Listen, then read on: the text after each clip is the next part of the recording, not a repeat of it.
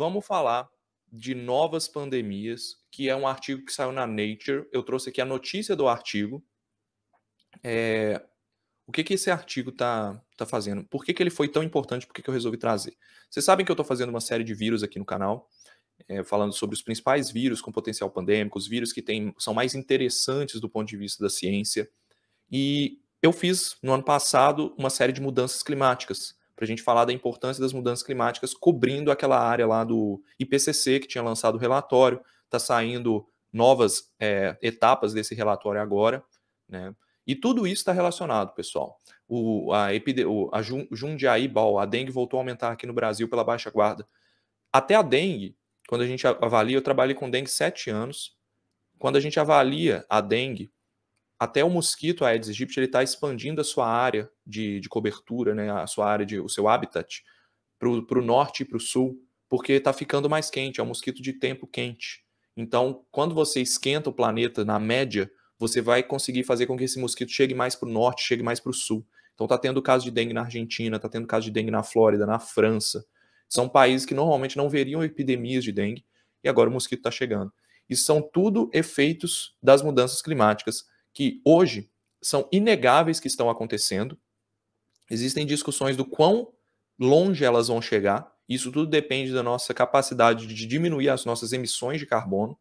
Mas é fato que, no cenário atual, do jeito que as mudanças climáticas já estão, porque existe um ponto que elas são irreversíveis, eu vou mostrar para vocês aqui, que é o próprio relatório do IPCC já fala disso. Prevenir os impactos das mudanças climáticas já é impossível, mesmo nos melhores cenários.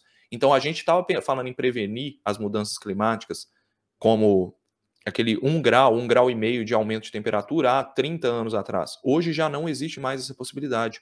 Hoje a gente trabalha com o pior cenário, e se a gente, no melhor dos cenários, reduzir as emissões, a gente para ali em 1 grau e meio de aquecimento. Então, se a gente continuar com a emissão do jeito que está, o que eu espero que não aconteça, porque são tantas catástrofes que vão vir, a gente teria aí o planeta aquecendo pelo menos 2 graus até o final do século, e isso já traria consequências absurdas para o clima, para cultivo de plantas, cultivo de agricultura, pecuária, incêndios, doenças respiratórias por causa desses incêndios, e agora saiu um estudo mostrando o impacto nas novas pandemias. Então, se a gente não fizer nada, nós estamos prestes a sofrer uma catástrofe climática, beleza?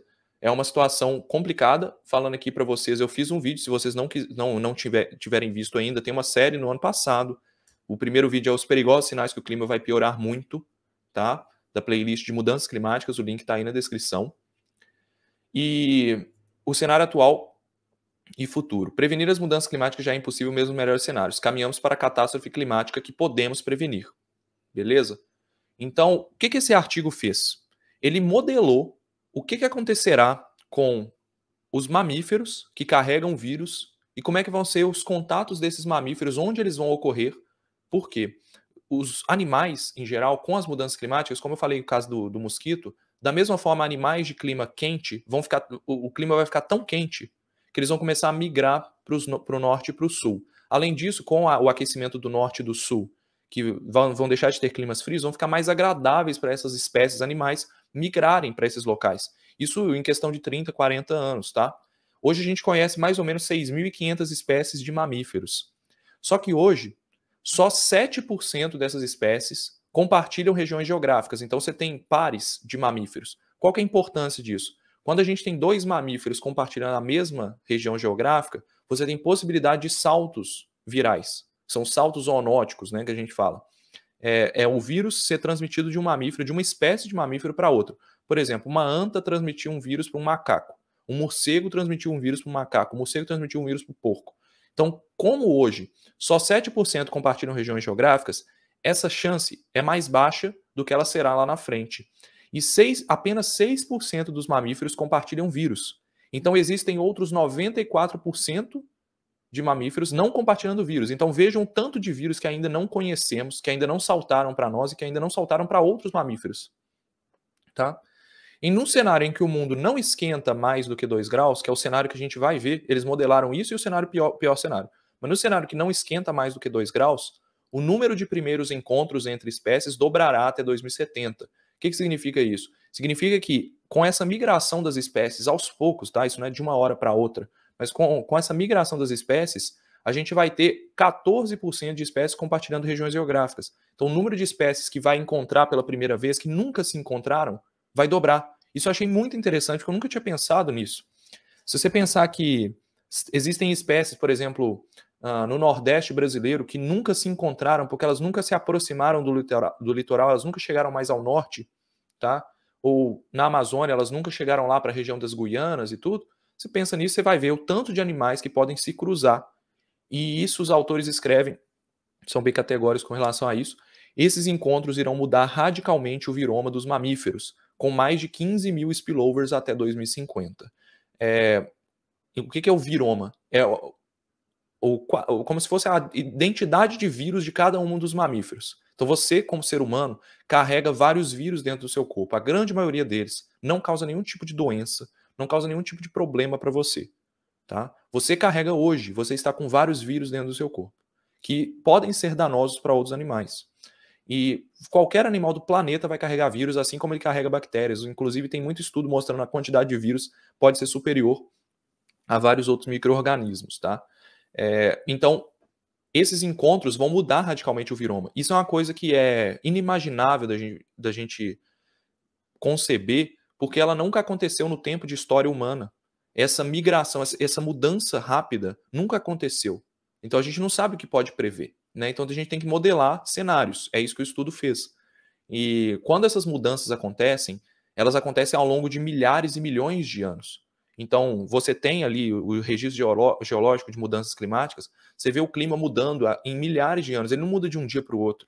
Ele não muda de uma centena de anos para outra. Ele muda de milhares até milhões de anos para frente.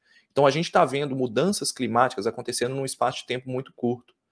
Então isso vai alterar o viroma dos mamíferos, porque eles vão entrar em contato e ter vírus, mas vão trocar vírus mesmo, tá? E isso significa, os autores modelaram, significa mais de 15 mil spillovers, ou seja, 15 mil novos vírus sendo trocados entre espécies até 2050. Não significa que vão ter 15 mil vírus que vão chegar para o ser humano. Isso é entre animais, tá? Para chegar no ser humano, eles modelaram lá e até chegaram num mapa, que é esse mapa aqui, que mostra a densidade populacional e a troca viral. Tá? Então, quanto mais roxo, maior a probabilidade de acontecer um spillover, seja de um mamífero para mamífero, ou seja de um mamífero para um mamífero ser humano. Tá? Mas o que chamou a atenção, principalmente, é com relação à Índia, porque a Índia tem uma tendência de crescimento populacional muito grande, é um país quente, é um país que tem migração, vai ter migração de mamíferos. Regiões da África que não se esperava que houvesse esses spillovers, tá? Principalmente regiões de floresta, pela migração de mamíferos, isso aumenta a probabilidade de você ter uma densidade populacional grande, porque a África também é um continente que vai crescer muito em população. E, inclusive, enquanto a China, a Índia vão chegar num platô e vão começar a cair população, a África vai ser o continente que vai começar a crescer a partir de 2050, tá? Então você tem vários eventos de spillover aí podendo acontecer, são mais prováveis nessas regiões roxas. E no Brasil, a gente tem muita troca. Aqui a gente não tem tanta região de spillover para acontecer, mas a gente tem muita biodiversidade. Então acaba que a nossa troca viral é muito grande. Vocês veem que a região da Amazônia é a região mais quente do mundo, junto aqui com o Sudeste Asiático, Indonésia, é a região mais quente para troca viral. Então, é onde você vai esperar encontrar mais diversidade viral.